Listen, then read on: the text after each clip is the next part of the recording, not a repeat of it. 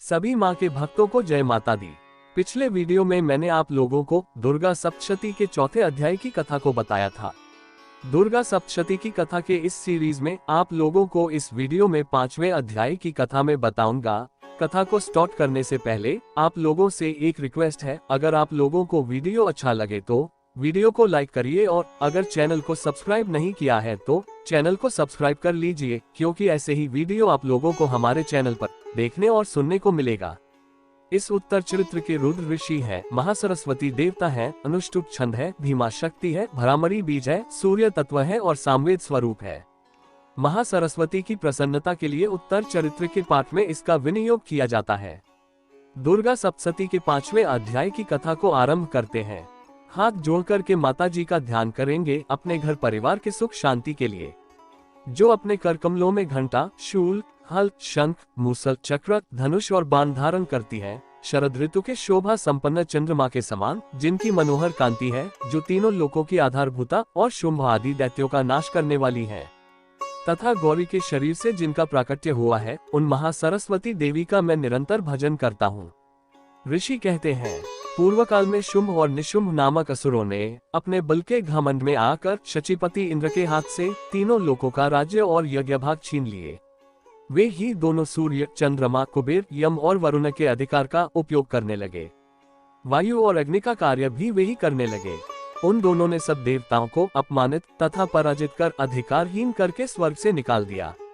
उन दोनों महान असुरों से तिरस्कृत देवताओं ने अपराजिता देवी का स्मरण किया और सोचा, जगदम्बा ने हम लोगों को वर दिया था कि आपत्ति काल में स्मरण करने पर मैं तुम्हारी सब आपत्तियों का तत्काल नाश कर दूंगी। यह विचार करके सभी देवता गिरिराज हिमालय पर गए और वहां भगवती विष्णु माया की स्तुति करने लगे। देवता बोले, देवी को नमस्कार है, महादेवी शिवा को सर्वदा नमस्कार है, प्रकृति एवं भद्रा को प्रणाम है। हम लोग नियम पूर्वक जगदम्बा को नमस्कार करते हैं। रौद्रा को नमस्कार है।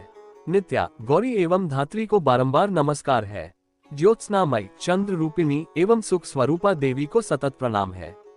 शरणागतों का कल्याण करने वाली वृद्धि एवं सिद्धि रूपा देवी को हम बारंबार नमस्कार करते हैं। नैऋति, जिन्हें राक्षसों की लक्ष्मी कहा जाता है, राजाओं की लक्ष्मी तथा शर्वाणी शिव पत्नी स्वरूपा आप जगदम्बा को बार बार नमस्कार है।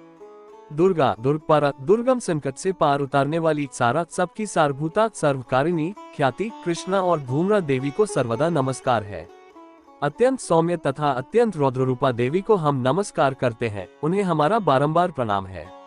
जगत की आधारभूता कृति देवी को बारंबार नमस्कार है।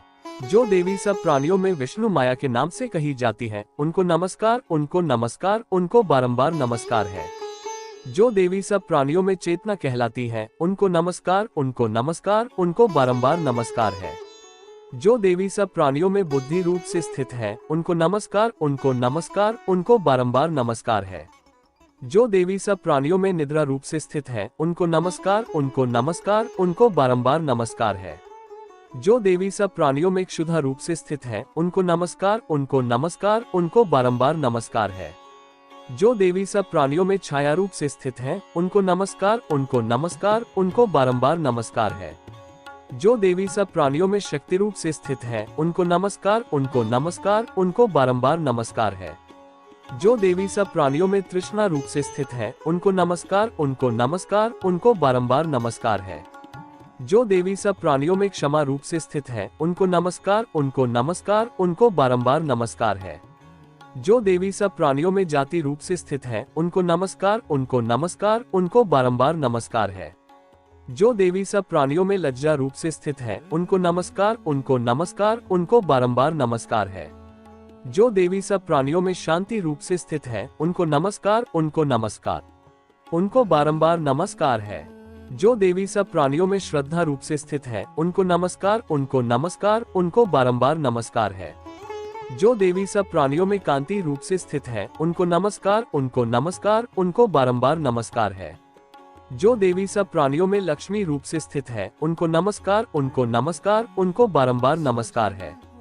जो देवी सब प्राणियों में वृत्ति रूप से स्थित है, उनको नमस्कार, उनको नमस्कार, उनको बारंबार नमस्कार है। जो देवी सब प्राणियों में स्मृति रूप से स्थित है, उनको नमस्कार, उनको नमस्कार, उनको बारंबार नमस्कार है। जो देवी सब प्राणियों में दयारूप से स्थित हैं, उनको नमस्कार, उनको नमस्कार, उनको बारंबार नमस्कार है। जो देवी सब प्राणियों में तुष्टि रूप से स्थित हैं, उनको नमस्कार, उनको नमस्कार, उनको बारंबार नमस्कार है। जो देवी सब प्राणियों में माता रूप से स्थित हैं, उनको नमस्कार, उनको नमस्कार, उनको बारंबार नमस्कार है। जो देवी सब प्राणियों में भ्रांति रूप से स्थित हैं, उनको नमस्कार, उनको नमस्कार, उनको बारंबार नमस्कार है। जो देवी सब जीवों के इंद्रियों वर्ग की अधिष्ठात्री देवी एवं सब प्राणियों में सदा व्याप्त रहने वाली है, उन व्याप्ति देवी को बारंबार नमस्कार है। जो देवी चैतन्य रूप से इस संपूर्ण को व्याप्त करके स्थित है, उनको नमस्कार, उनको नमस्कार, उनको बारंबार नमस्कार है। जो देवी चैतन्य रूप से इस संपूर्ण जगत को व्याप्त करके स्थित है, उनको नमस्कार, उनको नमस्कार, उनको बारंबार नमस्कार है। पूर्व काल में अपने अभीष्ट की प्राप्ति होने के लिए देवताओं ने जिनकी स्तुति की तथा देवराज इंद्र ने बहुत दिनों तक जिनका सेवन किया, वह कल्याण की साधन भूता ईश्वरी हमारा कल्याण और मंगल करे तथा सारी आपत्तियों का नाश कर डाले। उद्दंड दैत्यों से सताए हुए हम सभी देवता जिन परमेश्वरी को इस समय नमस्कार करते हैं तथा जो भक्ति से विनम्र पुरुषों द्वारा स्मरण किए जाने पर तत्काल ही संपूर्ण विपत्तियों का नाश कर देती हैं, वे जगदम्बा हमारा संकट दूर करे। ऋषि कहते हैं, राजन, इस प्रकार जब देवता स्तुति कर रहे थे, उस समय पार्वती देवी गंगा जी के जल में स्नान करने के लिए वहां आई। उन सुंदर भावों वाली भगवती ने देवताओं से पूछा, आप लोग यहाँ किसकी स्तुति करते हैं? तब उन्हीं के शरीर कोश से प्रकट हुई शिवा देवी बोली, कहती है, शुंभ दैत्य से तिरस्कृत और युद्ध में निशुंभ से पराजित हो यहाँ एकत्रित हुए ये समस्त देवता ये मेरी ही स्तुति कर रहे हैं। पार्वती जी के शरीर कोश से अंबिका का प्रादुर्भाव हुआ था, इसलिए वे समस्त लोकों में कौशिकी कही जाती हैं। कौशिकी के प्रकट होने के बाद पार्वती देवी का शरीर काले रंग का हो गया, अतः वे हिमालय पर रहने वाली कालिका देवी के नाम से विख्यात हुई। तदंतर शुंभ निशुंभ के भृत्य चंड मुंड वहां आए और उन्होंने परम मनोहर रूप धारण करने वाली अंबिका देवी को देखा। फिर वे शुंभ के पास जाकर बोले, महाराज, एक अत्यंत मनोहर स्त्री है जो अपनी दिव्य कांति से हिमालय को प्रकाशित कर रही है। वैसा उत्तम रूप कहीं किसी ने भी नहीं देखा होगा। असुरेश्वर, पता लगाइए वो देवी कौन है और उसे ले लीजिए। स्त्रियों में तो वह रत्न है, उसका प्रत्येक अंग बहुत ही सुंदर है तथा वह अपने श्री अंगों की प्रभा से संपूर्ण दिशाओं में प्रकाश फैला रही है। दैत्यराज, अभी वह हिमालय पर ही मौजूद है, आप उसे देख सकते हैं। प्रभु, तीनों लोकों में मणि, हाथी और घोड़े आदि जितने भी रत्न हैं, वे सब इस समय आपके घर में शोभा पाते हैं। हाथियों में रत्नभूत ऐरावत, यह पारिजात का वृक्ष और उच्च श्रवा घोड़ा, ये सब आपने इंद्र से ले लिया है। हंसों से जुता हुआ यह विमान भी आपके आंगन में शोभा पाता है। ये रत्नभूत अद्भुत विमान जो पहले ब्रह्मा जी के पास था, अब आपके यहाँ लाया गया है।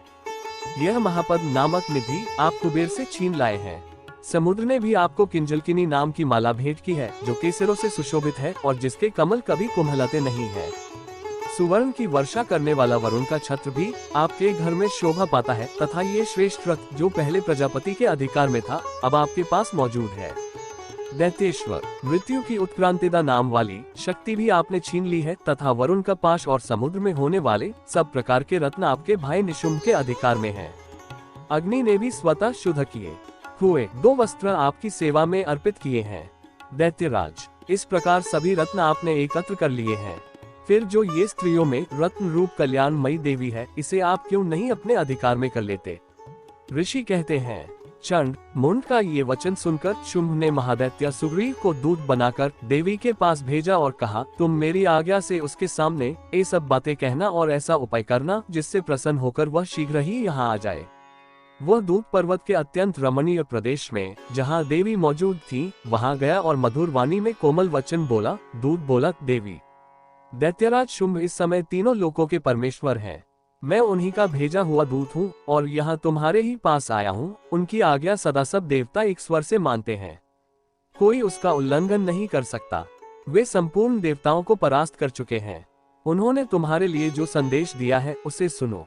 संपूर्ण त्रिलोक मेरे अधिकार में है, देवता भी मेरी आज्ञा के अधीन चलते हैं।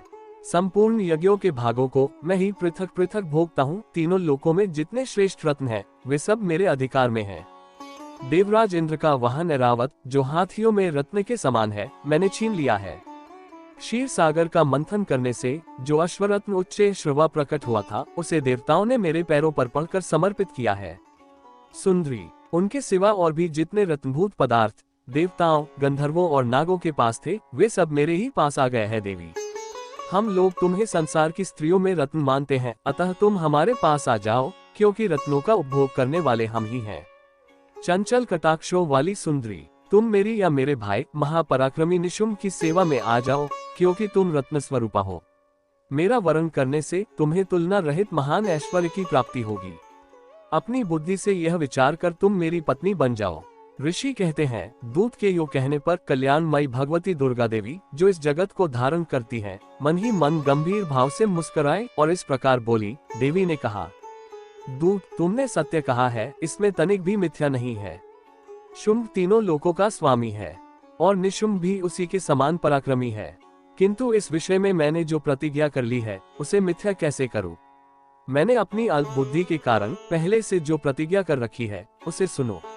जो मुझे संग्राम में जीत लेगा, जो मेरे अभिमान को चूर्ण कर देगा, तथा संसार में जो मेरे समान बलवान होगा, वही मेरा स्वामी होगा। इसलिए शुंभ अथवा महादैत्य निशुंभ स्वयं ही यहाँ पधारे और मुझे जीतकर शीघ्र ही मेरा पानी ग्रहण कर ले, इसमें विलंब की क्या आवश्यकता है?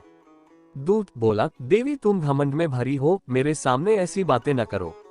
तीनों लोकों में कौन ऐसा पुरुष है जो शुंभ निशुंभ के सामने खड़ा हो सके? देवी, अन्य दैत्यों के सामने भी सारे देवता युद्ध में नहीं ठहर सकते, फिर तुम अकेली स्त्री होकर कैसे ठहर सकती हो? जिन शुंभ आदि दैत्यों के सामने इंद्र आदि सब देवता भी युद्ध में खड़े नहीं होते, उनके सामने तुम स्त्री होकर कैसे जाओगी? इसलिए तुम मेरे ही कहने से शुंभ निशुंभ के पास चली चलो। ऐसा करने से तुम्हारे गौरव की रक्षा होगी, अन्यथा जब वे केश पकड़कर घसीटेंगे, तब तुम्हें अपनी प्रतिष्ठा खोकर जाना पड़ेगा। देवी ने कहा, तुम्हारा कहना ठीक है, शुंभ बलवान है और निशुंभ भी बड़े पराक्रमी है, किंतु क्या करूं? मैंने पहले बिना सोचे समझे प्रतिज्ञा कर ली है, अतः अब तुम जाओ। मैंने तुमसे जो कुछ कहा है, वह सब दैत्यराज से आदर पूर्वक कहना, फिर वे जो उचित जान पड़े करें। इसके आगे की कथा आप लोगों को अगले वीडियो में प्राप्त होगी। किस प्रकार माताजी ने शुंभ निशुंभ का वध किया, ये जानने के लिए तब तक आप मेरे अगले वीडियो का इंतजार करिए, और अगर वीडियो अच्छा लगा हो तो वीडियो को लाइक करिए। चैनल को अगर अभी तक आपने सब्सक्राइब नहीं किया है तो चैनल को सब्सक्राइब करें और एक कमेंट करके हमें अपनी उपस्थिति का अनुभव कराएं। इसी के साथ मैं इस वीडियो को समाप्त करता हूँ। मिलेंगे अगले वीडियो में, तब तक के लिए माताजी आपका कल्याण और आपके परिवार का कल्याण करे। जय माता दी। इस प्रकार श्री मार्कंडेय पुराण में सावर्णिक मनवंतर की कथा के अंतर्गत देवी महात्म्य में देवी दूत संवाद नामक 5वां अध्याय पूरा हुआ।